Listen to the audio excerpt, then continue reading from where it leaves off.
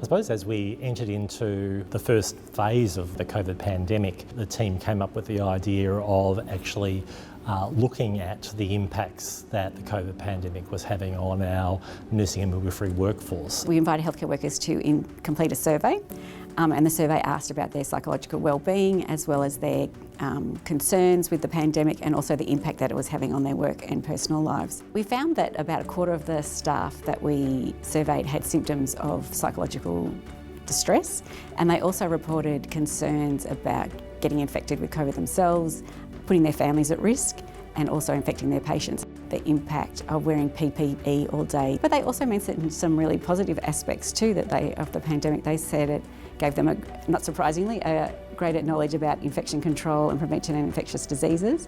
And also they said there was a great feeling of camaraderie amongst themselves and their colleagues. And the health services have used this information.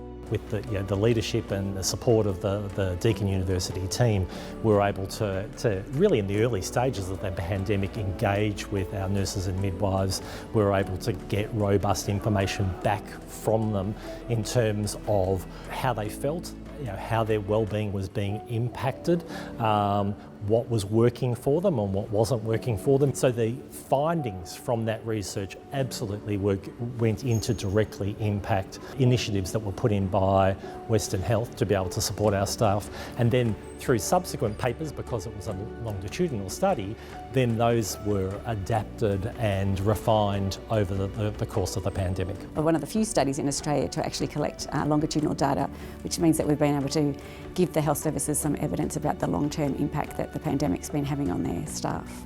The success and the collaboration and the collegiality between the Deakin University team and Western Health is that the engagement, the confidence of our staff in terms of getting involved with research, destigmatising it, making it accessible to our nurses and midwives has resulted in significant increase in the quality of the work being undertaken by our staff. I think the real benefit was that we were able to work in partnership with the health services and help them sort of understand the challenges that the staff were going through and help them sort of plan a response.